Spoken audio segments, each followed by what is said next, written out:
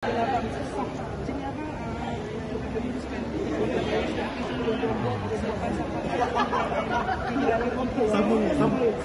meneruskan perjuangan abang atas kontes ni, macam abang atasi rasa itu.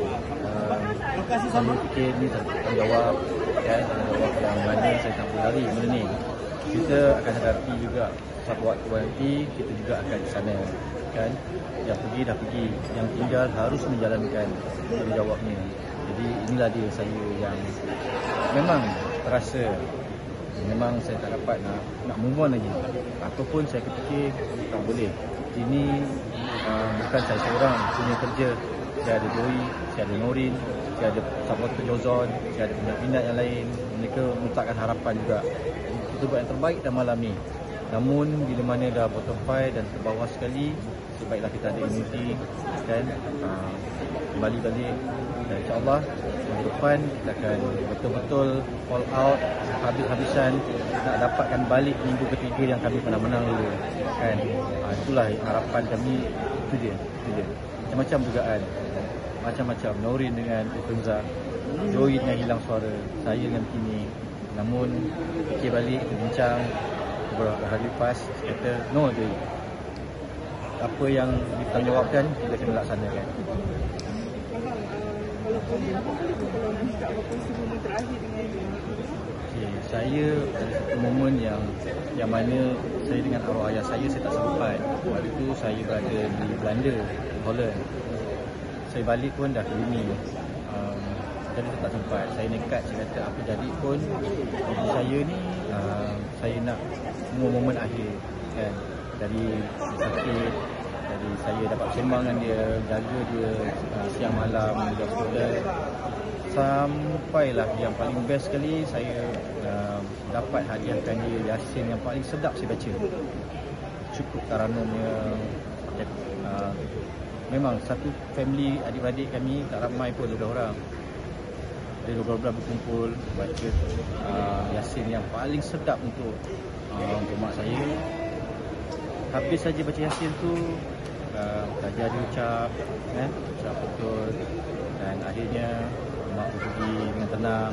Saya dapat uruskan jenazah mak, saya dapat kafankan dia, saya imamkan dia solat jenazah, dan saya berada dalam biang lahat untuk letakkan dia secara hormat, kan? Bersama-sama orang takwa, insyaAllah. Itu momen-momen yang saya takkan dapat lagi. Pesanan ibu yang abang pegang sampai bila-bila? Mak saya ni dia dulu ajar saya ngaji, kan? Jadi apa yang dia ajar tu sebenarnya bukanlah dari apa yang dari ibu saya. Semua dari agama kita, kan, Islam, kan. Mak saya ni dia satu je, dia nak saya jaga je nama baik-baik, jaga apa yang dia pesan tu semua yang baik-baik je sebenarnya, kan. Kalau dia rotan ke, dia marah ke itu, sekarang baru saya tahu. Saya ada anak, saya tahu kenapa saya kena buat begitu, kan. Jadi salah satu pesanan yang saya takkan lupa adalah kita ni kena jadi orang. Masa jadi orang tu fahamlah, kan. Jangan buat sebarang, kan. Sebarang. Bila orang sayang, kita pun selamat juga akhirat. Itulah. Namun bila kita ni manusia, tak lari daripada buat kesilapan, kan. Tak semua orang suka kita. Kita cubalah tak rasa, insyaAllah. So bila abang buat persembahan tadi kan nampaklah macam nak buat tunjuk abang sukar untuk abang untuk ketawa tu sebenarnya. Nampak hari depan tu macam mana abang nak control tu. Saya cuba bagi punchline yang mana kita dah plan. Alhamdulillah ada respon pada penonton yang kelakar. Saya tak nak penonton meletakkan saya ni menagih simpati, saya tak nak macam tu. Namun bila lagu akhir tu saya tak tahan sangat. Cerita ni kisahkan tentang kehilangan seorang ibu ni semua, kan.